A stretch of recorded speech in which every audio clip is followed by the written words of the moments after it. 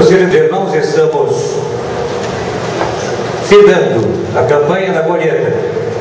A grande colheita desses 3 meses tem sido uma bênção para a igreja, a vida desta igreja.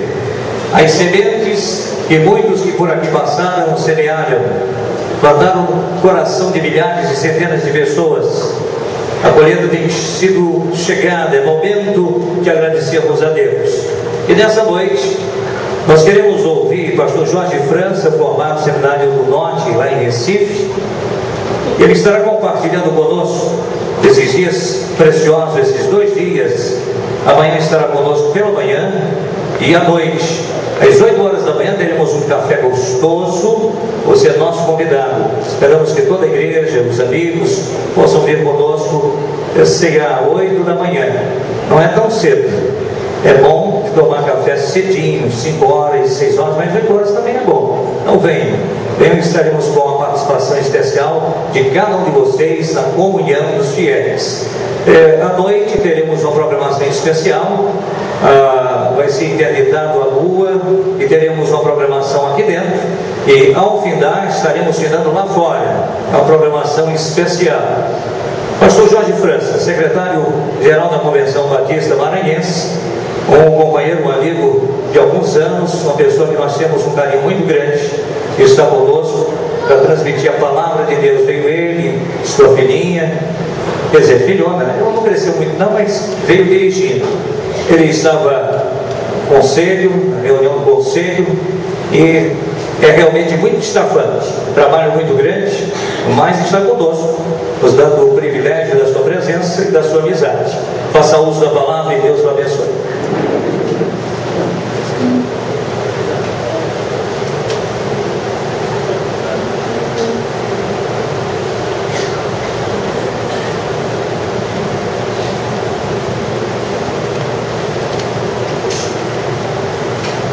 Graça e paz a paz do Senhor Jesus, amém? Amém?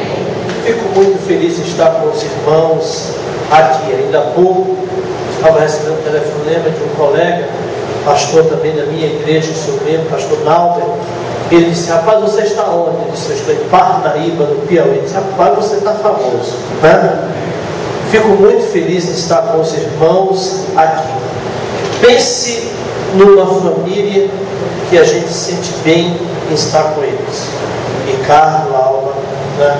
Me ajudaram no meu ministério ali em Tabernáculo Batista. Pena que eu não pude completar a semente que eles deixaram, porque mais ou menos logo após nós temos implantado esse trabalho, que na época eles chamavam grupos pequenos saudáveis, não era isso? Logo em seguida nós deixamos a igreja e fomos assumir a Convenção Batista Maranhense, que completamos agora em outubro 5 anos. Fico muito feliz, o privilégio de os irmãos terem nos escolhido para estar esses dias aqui. Tem sido momentos muito estafantes ali na direção daquele campo, mas nada me alegra mais do que falar do amor de Deus, falar da palavra do Senhor, transmitir aquilo que o Senhor colocou no meu coração, né? Às vezes como executivo você aqui e ali, e às vezes o pessoal diz: você não prega, você não ora, você não é isso. A gente se envolve tanto com a obra missionária que você chora, você sofre mais, você se desgasta mais, né? Estava falando para ele que quando eu iniciei, eu não tinha esses cabelos brancos, nem todos aqui, né? Minha esposa e minha filha quiseram pintar, mas Deus tem pintado a cada dia, né? Então, meus irmãos, é muito bom estar com os irmãos. Estou com a minha filha, a Inoã. Até hoje, 5 horas da manhã, minha esposa estava programada de vir. Aí recebeu um telefonema de um planejamento do serviço, por isso não pôde. Ela veio dirigindo e eu vim dormindo, né? Tive reunião até tarde. Graças a Deus a gente tem uma motorista que pode aliar as 2 coisas, motorista e filha. Vem dirigindo, a gente não paga, né? Isso é muito bom. Queridos, levantai os olhos e vede que os campos já estão brancos para a seca. O interessante nesse texto é que Jesus, ele é profeta. Porque ele diz na parte inicial do versículo o quê? Vê se vocês interpretam. Ainda falta o quê? 4 meses. Mas ele já enxergava que o campo já estava pronto. Era ali, naquele instante. Nós vamos falar dessas 3 mensagens que temos para os irmãos. A primeira, da oportunidade que Deus nos dá de sermos testemunhas dele aqui nesta cidade. A gente pensa no missionário, a gente pensa no fruto, a gente pensa no campo, a gente se reporta lá para a África, lá para a Etiópia, lá para o Oriente, lá para a China, porque somos impactados com uma forte campanha de missões mundiais. Mas nós vamos comentar, nós vamos conversar hoje à noite que Deus está mostrando o seu campo aqui, nesta cidade. Amanhã nós vamos falar sobre uma última oportunidade que Deus dá de nós sermos exatamente esses que vão colher os frutos. Aquele que vai estar recebendo do Senhor a autoridade e o privilégio de fazer isso. E vamos encerrar amanhã à noite falando sobre os empecilhos, aquilo que o inimigo tem tentado usar para impedir o cristão, para impedir o crente de ser bênção, de colher, de ir lá e buscar aquilo que o Senhor já tem preparado. Então, nós estaremos conversando com os irmãos nesses 3 encontros a respeito desses temas, tá? Eu gostaria de ler 2 versículos para os irmãos em Daniel 1, 8 e 9. Daniel 1, 8 e 9. Nós vamos abordar nesta noite, como eu falei no início com os irmãos, seja testemunha de Deus onde você estiver. Seja testemunha de Deus onde você estiver. Daniel 1, versículo 8 e 9.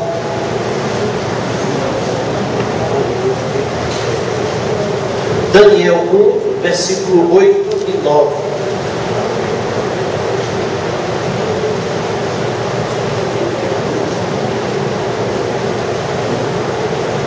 Diz o texto: resolveu Daniel firmemente não contaminar-se com as finas iguarias do rei, nem com o vinho que ele bebia. Então pediu ao chefe dos eunucos que lhe permitisse não contaminar-se. Ora, Deus concedeu a Daniel misericórdia e compreensão da parte do chefe dos eunucos. Resolveu Daniel firmemente não contaminar-se. Há uma determinação, há uma crença. Na verdade, a corte do reino babilônico era um esoterismo medonho, era feitiçaria pura, porque reunia os sábios, reunia os magos, os feiticeiros. Naquela época não sei se tinha, mas podia ter outro nome, os macumbeiros. Pegava tudo, fazia aquela salada, e o rei então se achava protegido com todas aquelas pessoas do seu lado. E ali estavam 4 jovens. A Bíblia diz jovens. E aqueles jovens foram colocados no meio de uma podridão. Eles foram colocados no meio de um antro de feitiçaria, de coisas demoníacas. E o primeiro teste foi na hora da alimentação. Eles tinham resolvido não se contaminar. Não se contaminar. E veio então logo a tudo aquilo que eles foram ensinados a não comer. E eles então pediram ao eunuco que tomava conta dessa parte, e disseram assim: olha, nós não queremos comer essa comida não, porque nós não vamos nos contaminar com essas finas iguarias do rei, porque o nosso Deus não permite. O eunuco disse: rapaz, você vai me colocar numa situação bem delicada, porque se vocês emagrecerem, o rei corta a minha cabeça. Mas a Bíblia diz que Deus tocou no coração daquele eunuco. E quando Deus tocou, então Daniel teve a ideia de: olha, vamos fazer o seguinte, vamos dar aí alguns dias, e vocês nos alimentam só com verduras e legumes. Sim, em mais ou menos 10 dias, nós estivermos magros, então nós vamos comer aquilo que você quer nos dar. Diz a palavra de Deus que depois passa daqueles dias, o eunuco reparou que Daniel e seus amigos estavam muito mais nutridos do que aqueles que comiam as finas iguarias do rei. Sabe por quê? Porque eles resolveram, eles determinaram não se contaminar. Eu penso em Jesus, quando ele olhava, e vocês sabem que Jesus, apesar de estar olhando o campo mesmo que ele estava passando, ele não está se referindo ali a campo, a capim, a planta, a colheita em si. Ele está pensando em vidas. Jesus está pensando na multidão que está indo para o inferno sem ele no seu coração. Jesus está ali querendo impactar os seus discípulos e a multidão que sempre o seguia, a dizer: eles precisam de vocês. Minha missão aqui está acabando e já está no ponto. Vocês têm que ir. O povo babilônico era um povo muito perverso.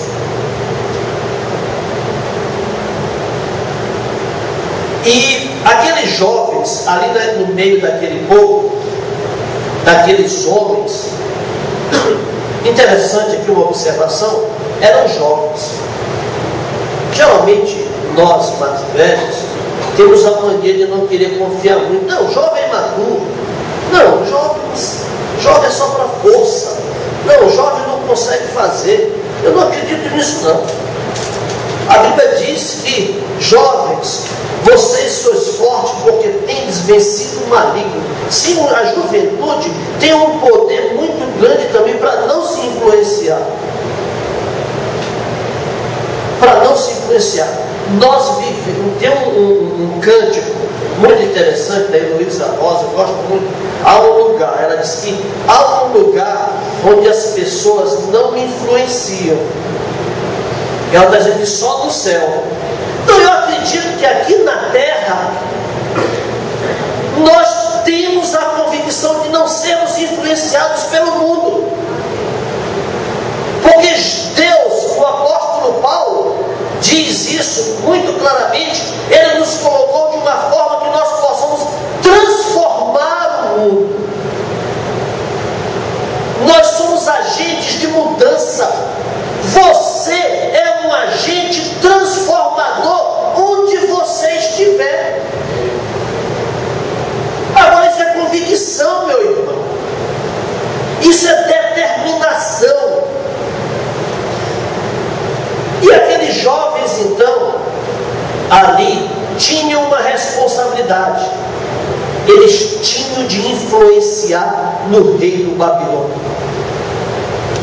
A primeira coisa que eles colocaram como determinação para influenciar aquele reino como sal da terra e luz do mundo foi o compromisso de ser bênção em qualquer situação. Eu particularmente eu não confio em ninguém que coloca condição para servir o Senhor. Sabe qual é a época mais difícil às vezes para a igreja? Entre outubro e novembro. Sabe qual é a comissão mais difícil que às vezes a igreja coloca? Antigamente, as igrejas batistas mais antigas tinham um nome, hoje tem Comissão de Eleição de Nova Diretoria. Irmão, o irmão pode ser o líder do jovem. Irmão, não dá, não estou preparado. Irmão, você... não, a faculdade me toma muito tempo. Irmão, você pode ser isso. Não, pastor, pelo amor de Deus, quem sou eu? Eu sou o menor dos homens. Pessoas se colocam obstáculos, pessoas se colocam empecilhos, circunstâncias, coisas para impedir de servir ao Senhor, quando na verdade, como o profeta Isaías, a pessoa tem que dizer: eis-me aqui, Senhor, eis-me aqui. Meus queridos, nós somos servos, nós estamos aqui para servir, nós não estamos numa igreja para assistir, nós somos membros do corpo de Cristo para fazer e não para assistir.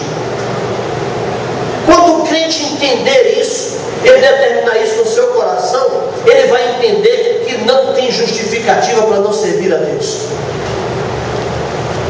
Sempre, vocês já devem ter ouvido os pastores falando que Deus nunca chamou ninguém preguiçoso. Faça uma retrospectiva, um estudo da vida de Jesus e veja que todos aqueles que seguiam estavam trabalhando quando Ele chamou. Meus queridos, o crente fiel é aquele que serve a Deus em toda e qualquer situação. O crente fiel é aquele que não vive lamentando a chance que não teve. O crente fiel é aquele que se esforça para fazer o que está ao seu alcance. O crente fiel é aquele que não perde uma oportunidade de testemunhar do amor de Deus, de influenciar onde estiver. Eu tive um colega no seminário boliviano, hoje ele é pastor em Rondônia, Gustavo Hidalgo Roca, foi meu amigo mesmo, assim, colega de seminário. Era interessante, um homem evangelista nato. Ele chegava no ônibus, ele andava com aquela pastinha executiva fininha, e sempre com o folheto do curso dele para o seminário. Aí ele sentava, ia para a igreja, aí ele sentava no banco, aí sentava uma pessoa do lado dele, e ele disse assim para a pessoa: "Só tem plano de saúde?" A pessoa dizia: "Não." Aí a pessoa ficava meio assustada assim, né, porque ia vender plano de saúde no ônibus. "A senhora gosta de ter um plano de saúde?" A pessoa dizia: "Gosto, quem não quer ter um plano de saúde?" "A senhora sabe que eu tenho um plano de saúde de graça." A pessoa parava, olhava assim, olhava para ele assim, né? Já imaginava uma porção de coisa. "É mesmo?" "É. Eu tenho um plano de saúde aqui que vai lhe dar não só uma saúde e vida agora, como vida eterna." Aí ele entrava com a palavra de Deus, ele entrava com o evangelismo na hora. Meus queridos, não existe momento de se testemunhar. Não existe aquele dia do evangelismo pessoal. Não existe o sábado do evangelismo pessoal. Porque o imperativo de Jesus é indo e fazendo discípulos. É onde você estiver, é onde Deus te colocou, é no teu ambiente de trabalho, é na tua escola, é na tua faculdade. Daniel teve de influenciar aquele povo, aquele rei. Ele esteve com dois reis, e Deus usou Daniel de uma forma maravilhosa. Quando eu comecei o curso de Direito, em 2006, eram 5 pastores na turma, 2 batistas, um da Assembleia de Deus, um presbiteriano e um cristão evangélico. Quando terminamos a turma, só tinha eu e a Assembleia, muito amigos, por sinal. Tinha uma turma no seminário, na faculdade, mas aquela turma tendente a querer derrubar o cara, né? Aquele que dá um toque em você, você olha para trás E se você está tomando um Guaraná na Antártica, ele tira um copo, bota uma cerveja só para você entrar nessa. Só que menino de 18, 19, 20, 21, querer pegar um de 32, 33, aí é demais, né? Aí é querer. Interessante a influência que o mundo tenta colocar. Eles chegavam, a gente estava sentado, os pastores geralmente passavam conversando, eles passavam, pastor, olha ali. A gente olhava e disse, não é um mulherão, pastor. E a gente continuava o nosso posicionamento, a nossa firmeza. Sabe o que aconteceu? 2 anos de curso, eu não tinha mais tempo de estar aconselhando jovens, lares destruídos, homossexuais, garotas de programas que sustentavam o curso e os pais não sabiam, pensavam que trabalhavam. E a gente começou então a trabalhar e a fazer, a disseminar a palavra de Deus ali naquela sala.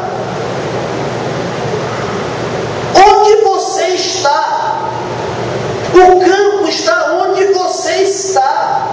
Se você olhar, você pode botar agora na sua cabeça, se você pensar bem, refletir bem, pessoas na sua casa que precisam do Senhor Jesus. Pessoas no seu ambiente de trabalho que precisam do Senhor Jesus. Meus queridos, só depende de você fazer acontecer, determinando no seu coração ser bênção em qualquer situação. Não importa o lugar onde estivermos, não importa as condições em que nos encontrarmos, para nós influenciarmos, para nós evangelizarmos, para nós sermos exemplos, temos que ser determinados daquilo que queremos. Conta-se que um rei, ele cavou um buraco, colocou uma sacola e botou uma pedra bem no meio de uma estrada, o reino dele.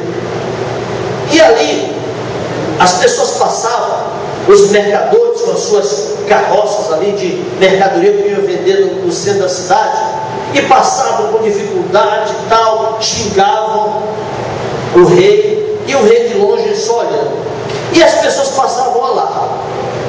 Mas veio então um camponês, um homem pobre, com a sua colheita, aquele trabalho dele tão grande, ele também estava passou por muita dificuldade. Mas então ele voltou, pegou e empurrou a pedra, até que deslocou e tirou a pedra daquele caminho. Quando ele tirou a pedra, tinha um buraco e lá tinha uma sacola. E na sacola tinha muitas moedas de ouro. E tinha uma mensagem do rei. Dizia o seguinte: todo obstáculo contém uma oportunidade para melhorarmos nossa condição. Eu vou interpretar esse poema, essa frase do autor, o que a Bíblia diz. Todas as coisas cooperam para o bem daqueles que amam a Deus. Não são algumas, não são umas. Todas as coisas cooperam para o bem daqueles que amam a Deus.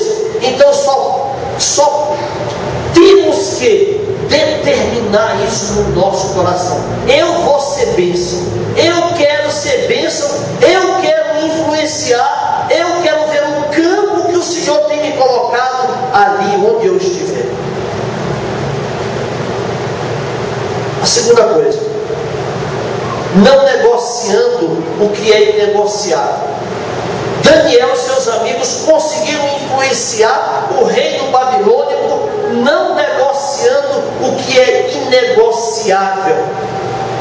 Deus colocou princípios, Deus colocou valores dentro de nós que não podem ser adulterados.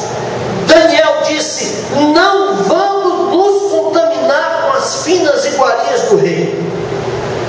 Meus estão soltas pelo mundo. E tem pessoas que têm medo até de enfrentar e já dizem: não, tudo é demoníaco. Tudo é demoníaco. Já é uma forma também de fugir, de enfrentar as situações. Hoje nós temos a internet. A internet com Face, com Orkut, com tantas coisas. E-book, não sei o que, não sei das quantas. Assim como tem alastrado milhões e milhões de pessoas para o mal, milhões e milhões de pessoas também têm sido evangelizadas, porque ela tem sido usada como um instrumento de evangelização. É muito fácil eu condenar as coisas.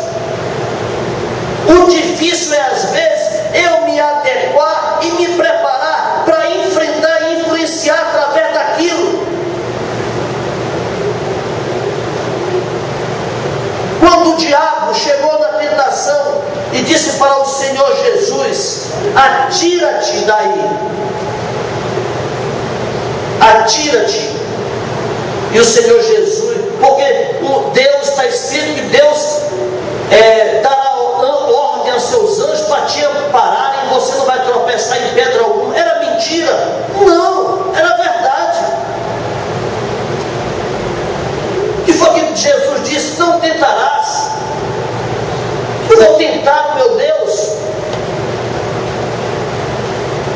Era verdade. Deus utiliza também as artimanhas do maligno. Ele reverte em bênçãos para nós. Temos como fazer isso. Meus queridos, nós temos valores.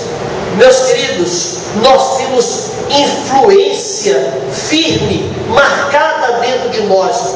Nós cantamos um cântico agora que diz que nós temos a marca de Cristo em nós. Nós fomos marcados.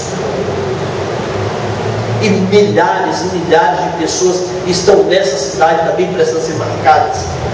Mas não vai depender do pastor Ricardo, não, do pastor Sérgio, da irmã Alba, não. Vai depender de todos nós, de mim. Porque Deus já tem determinado um campo onde a marca de Cristo tem que ser predominante ali. O propósito de Daniel em não se contaminar marcou a vida do cozinheiro, marcou a vida dos presos e dos outros jovens que estavam lá. Uma decisão de Daniel e de seus amigos marcaram uma série de pessoas. A decisão que você tomar, meu irmão, vai marcar a tua família. A decisão que você tomar, meu irmão, minha irmã, vai marcar no seu trabalho, vai marcar onde você estiver. Entenda bem, meu querido. Eu quero falar que o campo não é lá, o campo é onde você estiver. Daniel deixou claro ali que ele preferia buscar a Deus, ele preferia fazer a vontade de Deus a fazer a vontade dos homens. Deus nos colocou no mundo para influenciá-lo e não para ser influenciado por ele. Mas nós só podemos influenciar esse mundo, meus irmãos, quando nós tivermos a firme convicção da nossa fé em Cristo Jesus. Aquilo que nós temos, aquilo que nós cremos, aquilo que nós vivemos e aquilo que vive dentro de nós não pode ser comprado, não pode ser negociado, não pode ser trocado.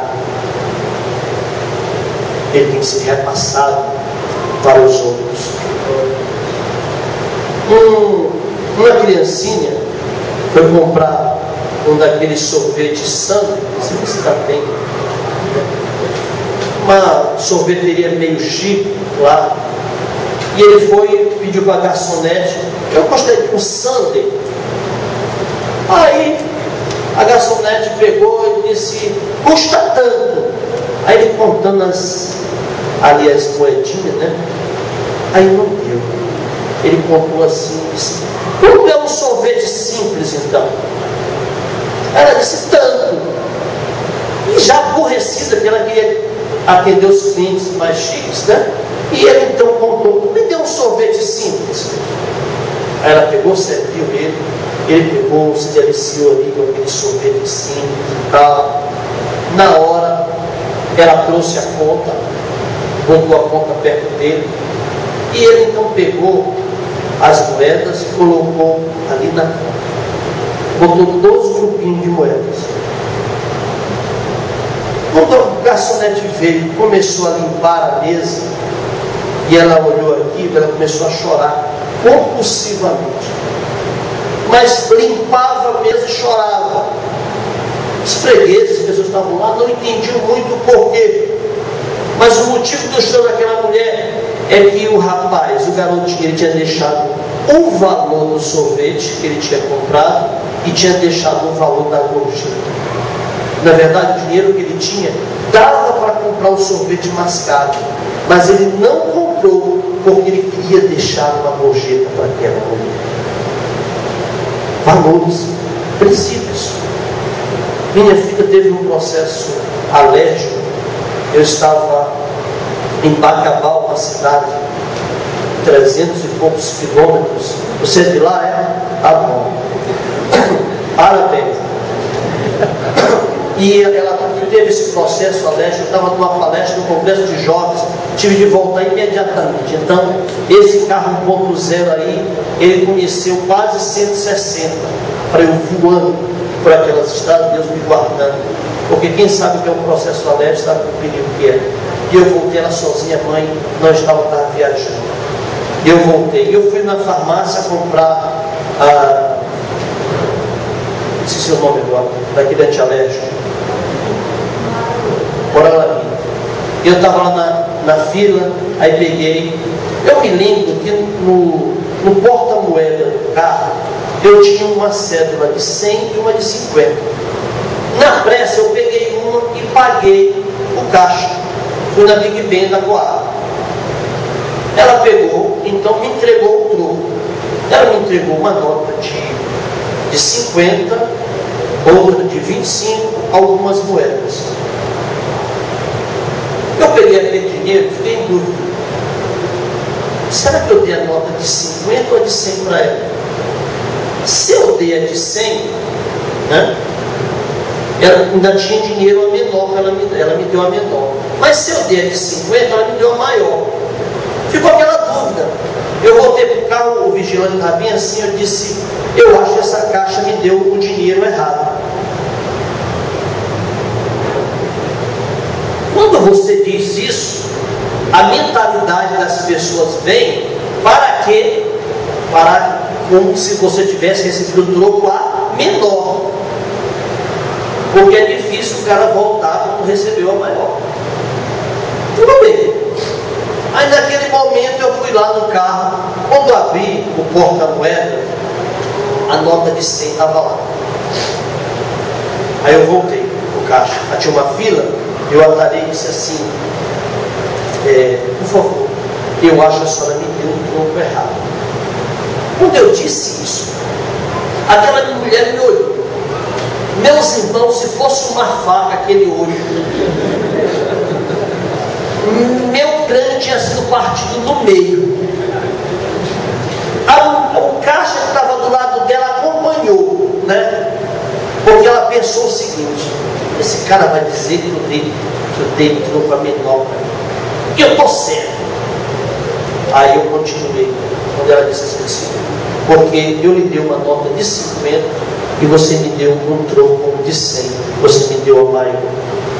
Essa mulher pegou coisa se tremendo, baixou a cabeça, não me encarava, me entregou o troco assim. Tinha umas 4 pessoas na fila, me olhavam e ela disse o seguinte, moço, se tivesse mais pessoas como o Senhor neste mundo, nós não tínhamos tanta perdição.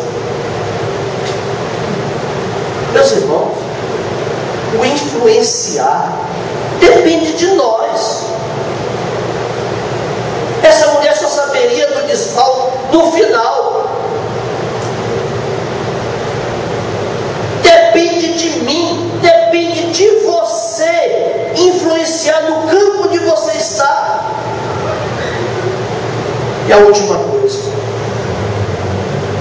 manifestando aqueles jovens, eles conseguiram influenciar ali na corte babilônica, manifestando o conhecimento do Senhor em tudo aquilo que eles tinham oportunidade.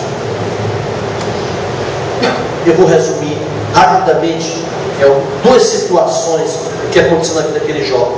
Primeiro, de Sadraque, Mesaque e Abednego.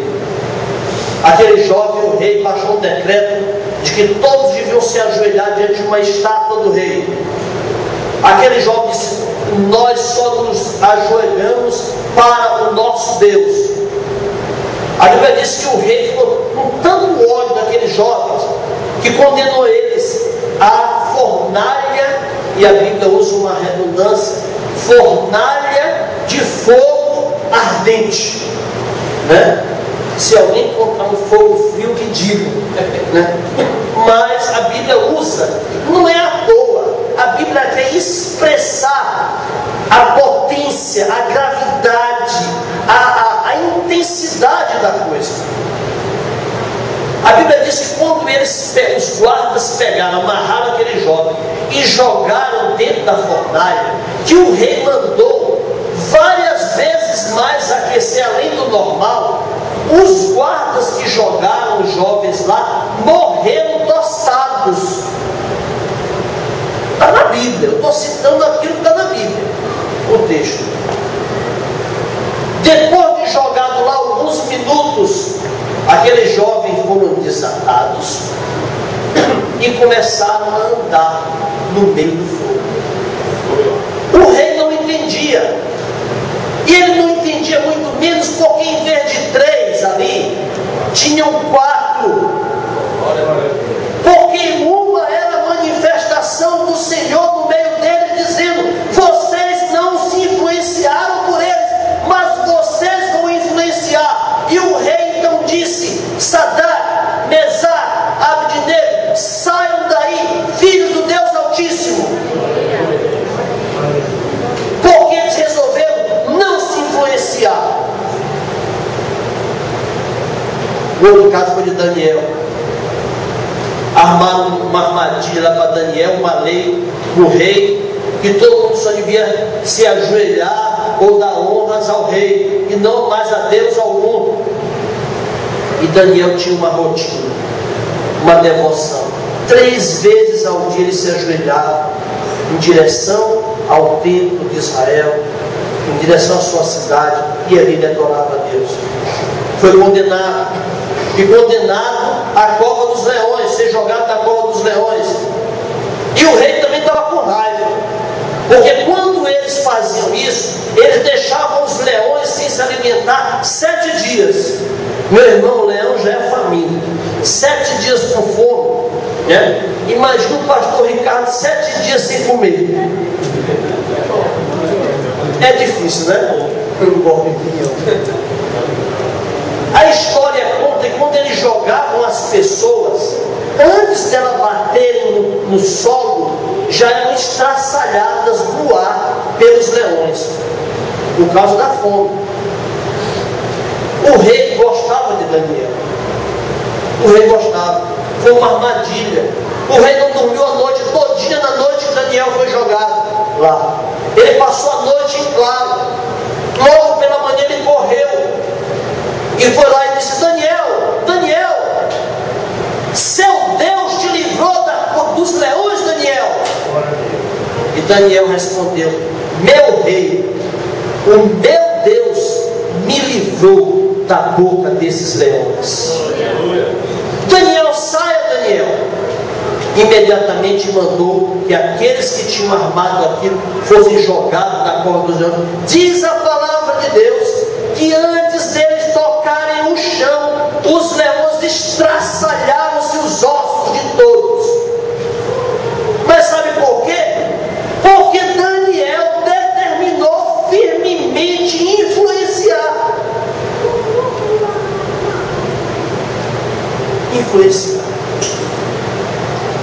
Você tem sido bênção? Você tem influenciado aonde você está? Você tem sido bênção em qualquer situação? Os valores espirituais na tua vida têm sido negociados, têm sido influenciados? O campo que Deus te colocou, ele tem recebido a influência tua.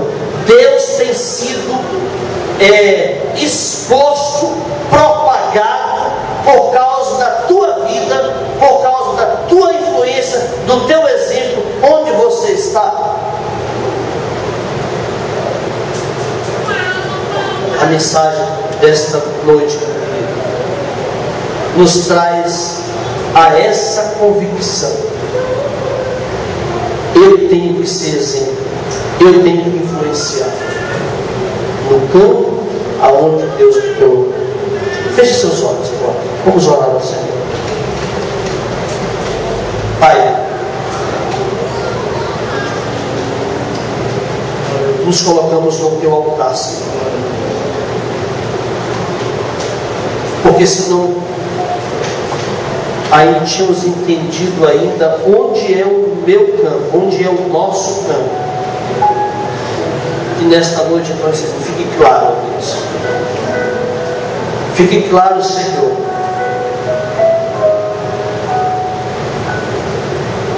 que a influência deve partir de mim. O Senhor usa, mas a convicção, a determinação tem que partir de nós. Que o Senhor possa agora, nesse instante, ter levantado homens e mulheres na convicção de fazerem a colheita no campo onde estão, na sua família, no seu trabalho, na faculdade, junto à sua vizinhança, onde o Senhor os colocou, que ali eles possam ser bênção, que eles possam influenciar, no nome de Jesus. Continue orando, não quero ninguém me olhando. Mas se você recebeu nesta noite a convicção de Deus, pastor, eu recebi a convicção de Deus que eu tenho que influenciar no meu campo, e eu já sei qual é o meu campo. Deus me mostrou nessa noite o meu campo. Deus me mostrou nessa noite, e eu quero assumir o compromisso de Deus ser bênção, de influenciar esse campo que Deus me revelou nessa noite. Eu queria apenas que você levantasse a sua mão e abaixasse aqui. Eu quero abençoar você. Deus abençoe. Pode abaixar a mão. Deus abençoe. Deus abençoe. Deus te abençoe também. Deus abençoe vocês. Porque Deus colocou o campo no teu coração. E eu tenho certeza que essa igreja será abençoada pela convicção que Deus colocou no coração de cada um de vocês. Deus abençoe.